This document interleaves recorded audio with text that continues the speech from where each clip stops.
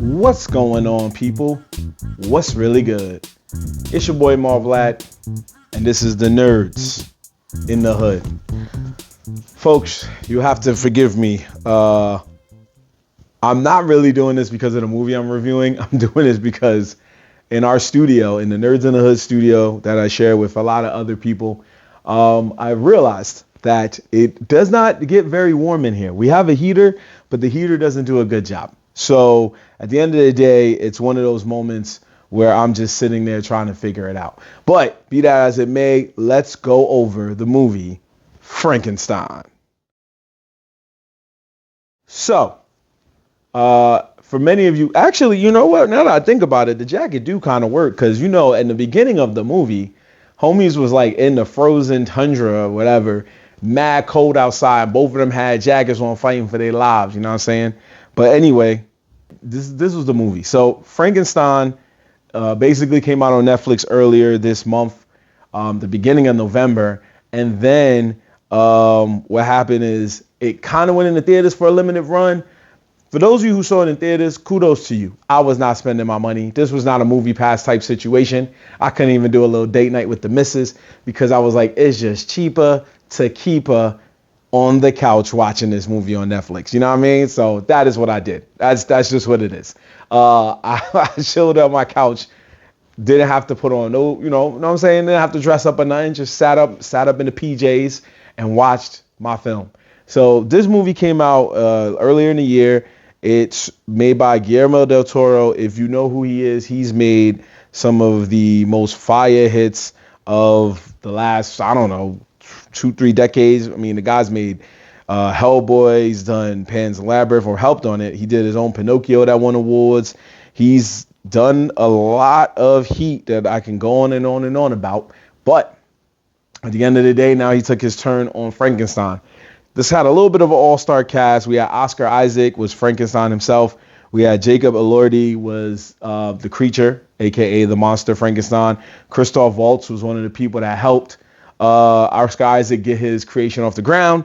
And an interesting performance by Mia Goth, who played not one, but 2 characters. And if you know Mia Goth, you know she's known for playing 2 characters, as we saw last time when she played Pearl, and then years later made a movie called Maxine, where she played Maxine. Even though in my personal opinion, Maxine wasn't that great, but Pearl was good, and so was X. Anyway, be that as it may, let's focus on this movie. So this movie was an interesting movie. We don't got to go too in-depth into it, but if I give you the hood cliff notes, right? The hood notes. Long story short, this was an interesting take on the Frankenstein movie series. We've seen this movie get played out a few times in our life. Not as much as like a Dracula or even a Godzilla or even like a werewolf movie. This is more of like a once in a while type vibe. So this is what I liked about it. Because you don't see a lot of Frankenstein type movies. You do see the character in certain aspects, but you don't see him all the time in a movie about Frankenstein.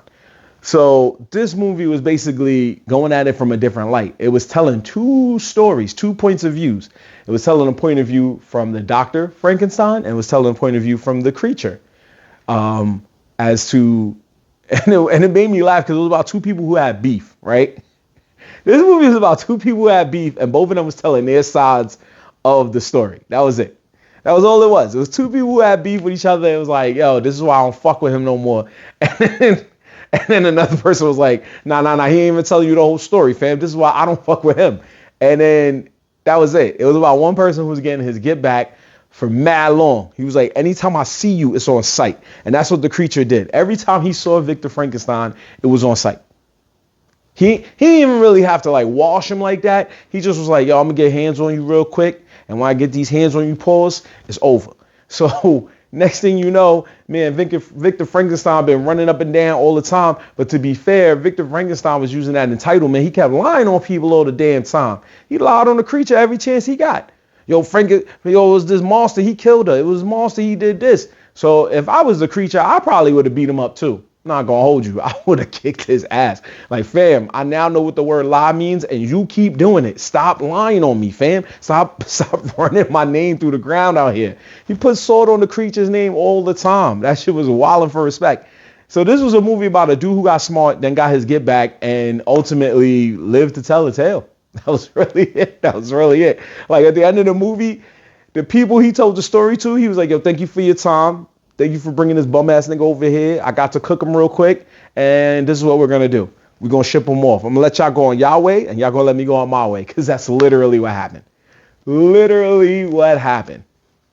Mia Goth played the mother of Frankenstein, Dr. Frankenstein, and then she played the daughter-in-law to that mother in a sense, because the woman that Frankenstein's brother was about to marry was also Mia Goth. So they weren't married yet, but she was getting ready to be the daughter-in-law. You know what I'm saying? But right on her wedding day, Victor Frankenstein came in hating. I don't know if he was hating because he wanted the cheeks and he couldn't get it, but he came in hating off the rip and then bodied her because I guess she was feeling Frankenstein. She wasn't even feeling Frankenstein on some like, you know what I mean? On some like lovey-dovey vibe. She just was feeling him on like a, yo, you keep like treating this man mean and he not even that bad of a dude. And she was trying to look out for him. And Victor Frankenstein came in like, nah, bump that, B. He got to go just like you got to go. Don't get in my way. And she got bodied. Like, this movie wasn't funny. It just was funny to me because it was just like, it really was a movie about two people who ended up having beef with each other. And one person just got his get back at the end and kept it moving. He got his get back. He was like, all right, I beat him up. I'm going to go on this way. I'm going to holler at y'all later. And he just moved on with his life. And Victor Frankenstein could have avoided all of this if he was just cool about it.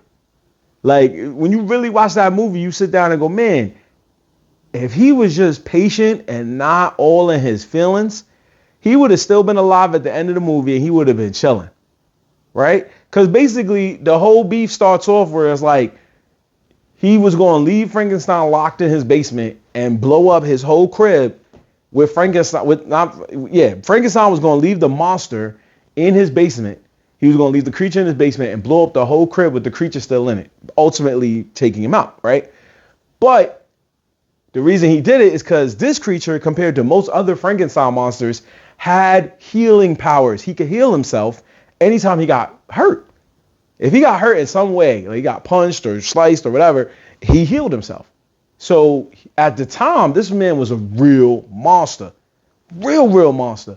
And Victor Frankenstein knew that. So he was like, maybe if I blow him up, homie's just going to like not come back. And he came back anyway because he was strong enough to get out of the crib. But Victor Frankenstein had second thoughts, tried to go save him. The crib blew up. Man's whole knee got eviscerated.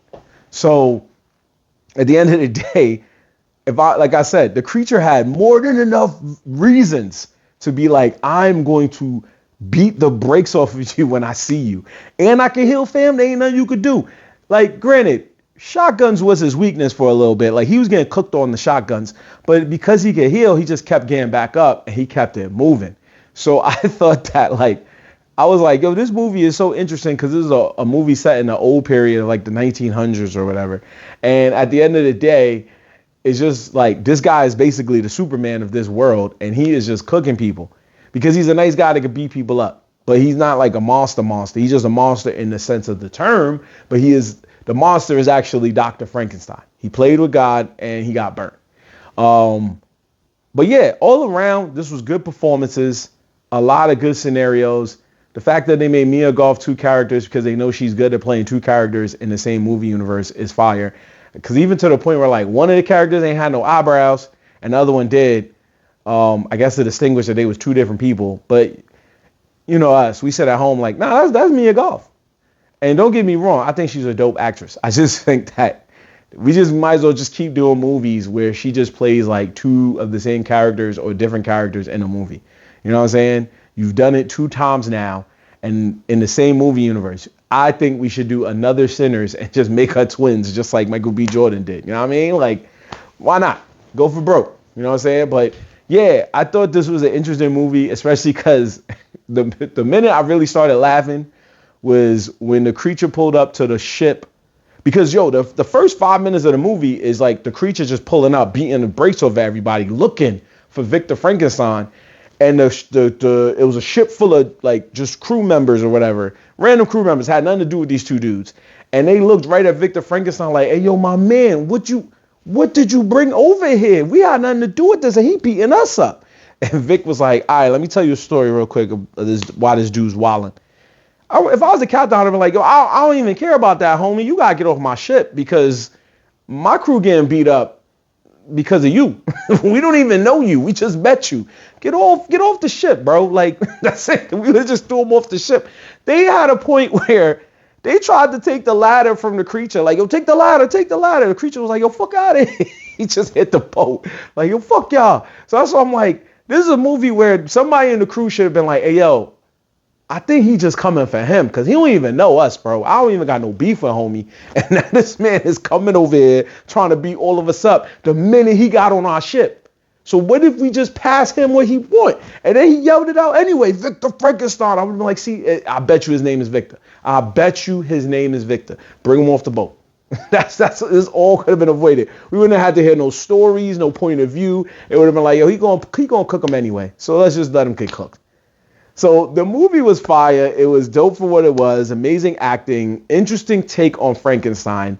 I do think that Guillermo del Toro has another chance to get Oscar nominations for this movie and probably performances from, I would say Mia Goth should get a nomination. Jacob Elordi should get a nomination. And Oscar Isaac should get a nomination. Christoph Waltz maybe, but I think those first three guys definitely have a good shot of getting a nomination. So yeah, I would like to see that and go from there. I think they should get nominated. This was a good movie. The vibes on this is that it's a valid film. It's on Netflix right now. Don't got to spend no bread. So this is a non-movie pass movement review. So check it out when you get a chance. Check it out when you get a chance. And hit me up on all social media using the link tree in the description. Let's talk about it in the comments. Tell me what you thought about the Frankenstein movie. Do you think it was just two dudes that had beef with each other and they were just telling why each other had beef with the other person? Because at the end of the day, that's really kind of what it was. So let me know your thoughts in the comments. Hit me up on all social media and hit me up in the comments below. Let's talk about it, y'all. And I'm going to catch y'all on another edition of Nerds in the Hood. Peace.